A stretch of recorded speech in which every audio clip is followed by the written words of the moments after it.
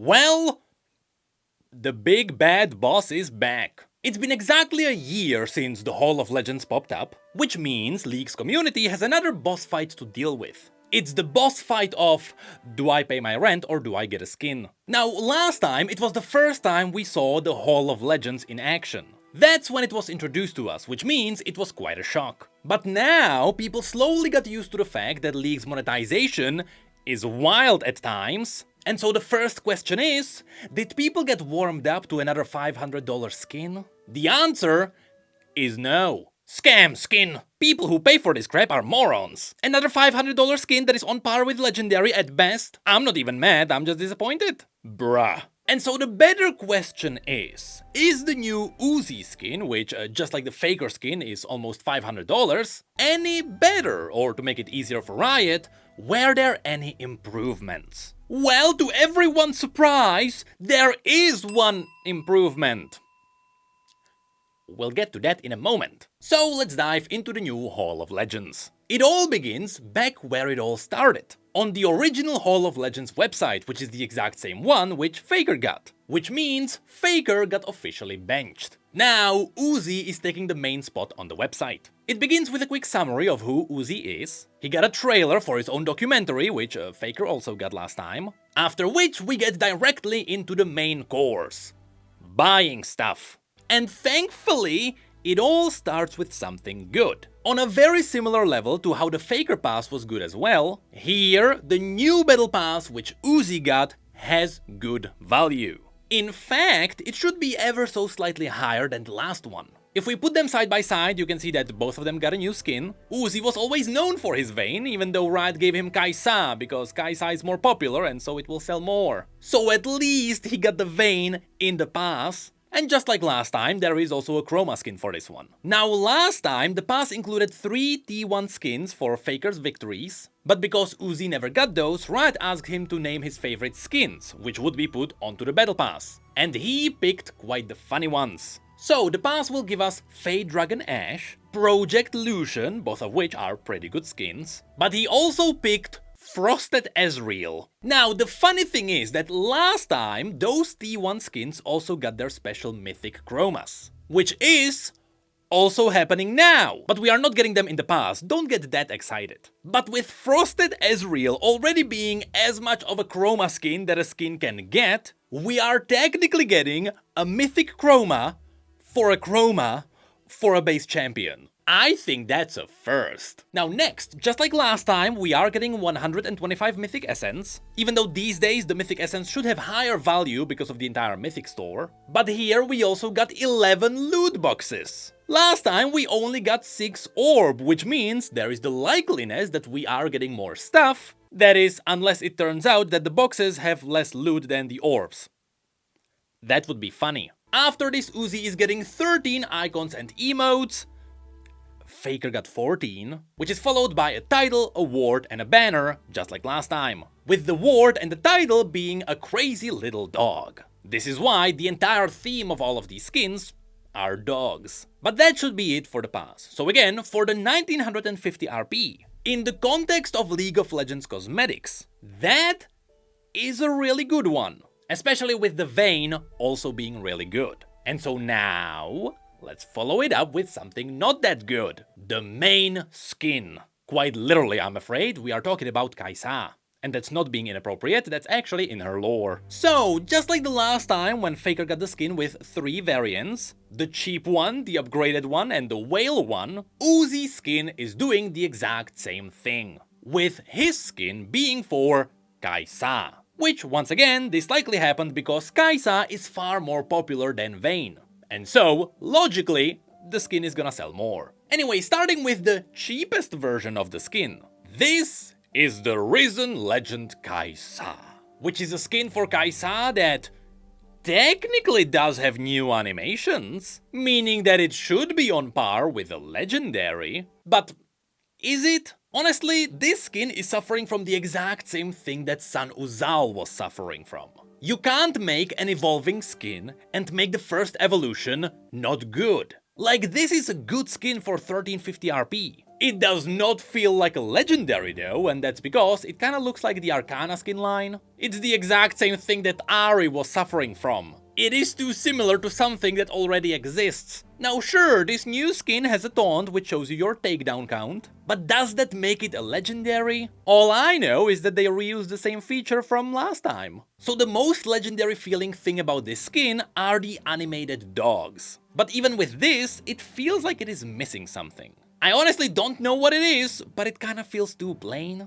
It just doesn't feel legendary. And what doesn't help is that the home guard is cool, but it is near identical to Embessa's home guard, which was a $20 skin. Speaking of which, the bundle also includes a border, an icon, an emote, and the entire event pass. Now sure, since the pass is included, you could subtract the price, but if you want this Kaisa skin specifically, you can't do that. You have to pay the full price. So the price of this Kaisa skin is still the 5,035 RP. How much is that? That is about $40, and if you're starting from 0 RP, you have to buy the $50 bundle, which is quite a lot. So what if you wanted to make a bundle that would be more expensive than that? What would be the next logical step? Well, that would be to raise it up 6 times. And that's where we get into the Immortal bundle. Now, as part of this bundle, your Risen Legend Kaisa upgrades into the Immortalized Legend Kaisa. What's different about this one? Well, this one actually evolves in the game. That's right, it is exactly as if you were separately buying the evolutions for the Mordekaiser skin.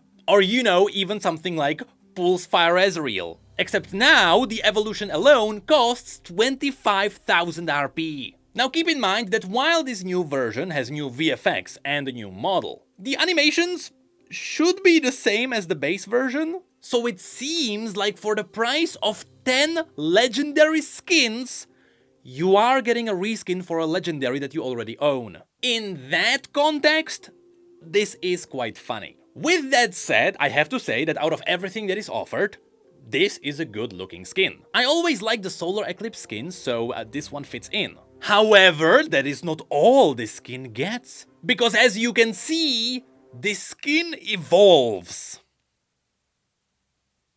I mean, can you see? So yes, I have to be honest, I have no idea what changed. She just sparkled and then her skin became slightly darker. But that is just the second form, so of course it would be nothing major. I mean, as you can see, we are supposed to get 3 Relentless Hunter forms. And so now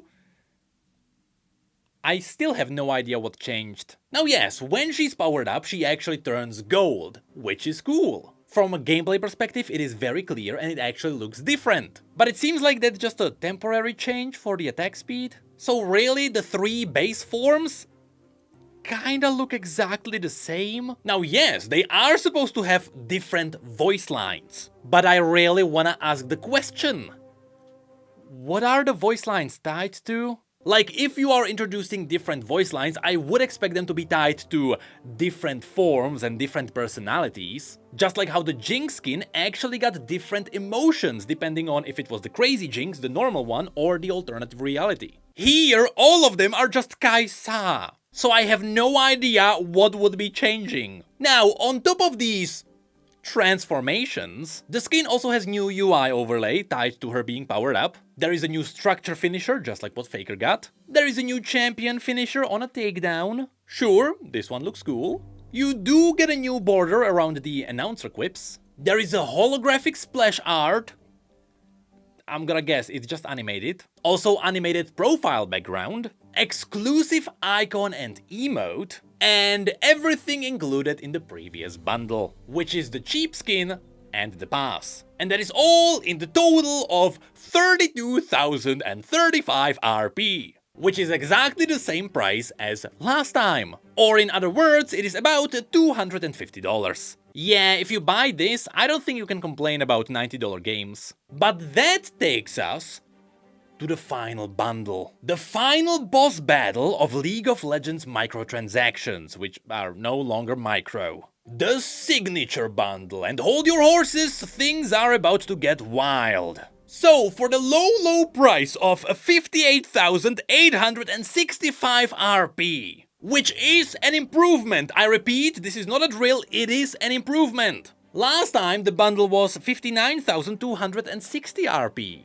which is actually not $500 if you buy the bundles correctly, it is $450, meaning that the new bundle is 395 RP cheaper. Or in other words, this skin costs only $445. That's right, we are saving $5. And so what are we getting for this price? Well, on top of everything else, the skin is now even more upgraded. For example, after you destroy a turret, Uzi's signature appears. The same signature is now also on the splash art, the border and the banner. But in a hilarious twist, we are also getting the signature move emote. Now, when Faker got his signature move, everyone knew what it was. It was the...